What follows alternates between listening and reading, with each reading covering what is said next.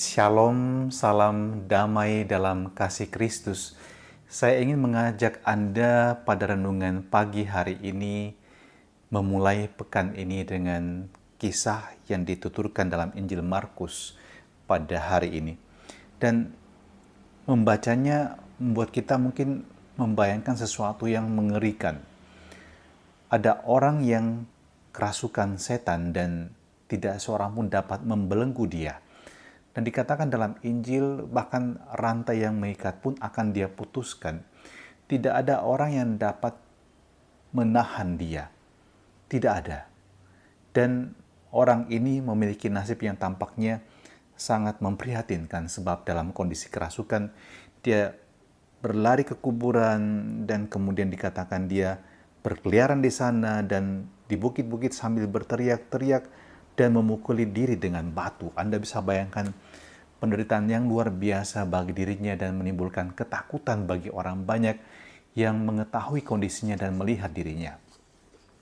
Dan berhadapan dengan situasi demikian, Yesus kemudian mengambil keputusan inisiatif untuk membebaskan dia dari gangguan roh jahat tersebut.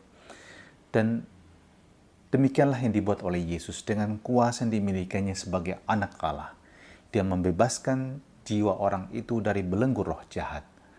Dan yang penting bagi saya dalam kisah Injil hari ini justru ada pada perikop yang terakhir, di mana Yesus mengatakan kepada orang yang kerasukan itu dan telah sembuh, "Pulanglah ke rumahmu, kepada orang-orang sekampungmu, dan beritahukanlah kepada mereka segala yang telah diperbuat Tuhan atasmu, dan ceritakan bagaimana Ia telah mengasihi engkau." Menceritakan tentang kebaikan Tuhan, itulah yang menjadi perutusan orang yang telah disembuhkan ini. Dan sesungguhnya ajakan ini juga menjadi ajakan untuk kita. Mari kita belajar untuk menceritakan tentang kebaikan dan cinta Tuhan dalam kehidupan kita. Kita menceritakan tentang bagaimana pergumulan-pergumulan kita, tapi juga bagaimana Tuhan menolong kita untuk keluar dari pergumulan-pergumulan itu. Saya kira sangat indah dikatakan oleh Yesus, pulang ke rumahmu, kepada orang sekampungmu, kepada orang-orang yang dekat denganmu. Di sanalah Anda dapat berbagi inspirasi kehidupan, berbagi kekuatan yang Anda sendiri miliki karena Tuhan menjamah hidup Anda dan menolong Anda. Dan kita semua sadar bahwa di mana kita berbagi tentang cerita iman, di sana kita memberkati orang lain. Dan kemudian kita membuat orang lain juga memiliki optimisme, menumbuhkan harapan pada orang yang mengalami pergumulan yang mungkin sama dengan kita. Dan kemudian kekuatan iman akan tumbuh bersama, tumbuh dalam keluarga Anda. Maka sebagai orang tua jangan berhenti dan jangan lupa untuk menceritakan dan mewariskan pengalaman iman hidup Anda. Bukan hanya soal cerita tentang pengalaman keseharian, tapi maknanya apa dalam kehidupan Anda? Bagaimana Anda melewati pergumulan tahun-tahun hidup sebagai seorang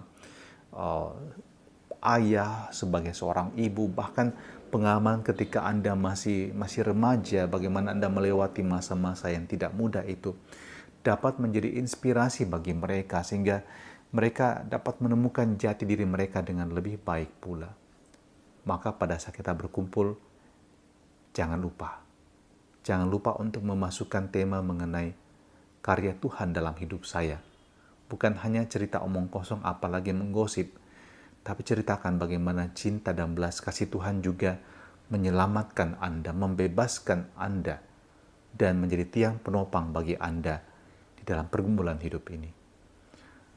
Dan mari kita mohon berkat Tuhan untuk memulai pekan ini. Kita mohon berkat-Nya dan penyertaan-Nya serta kekuatan rahmat-Nya untuk menopang kita. Di dalam nama Bapa dan Putra dan Roh Kudus. Amin. Selamat memulai pekan ini. Tuhan memberkati kita semua.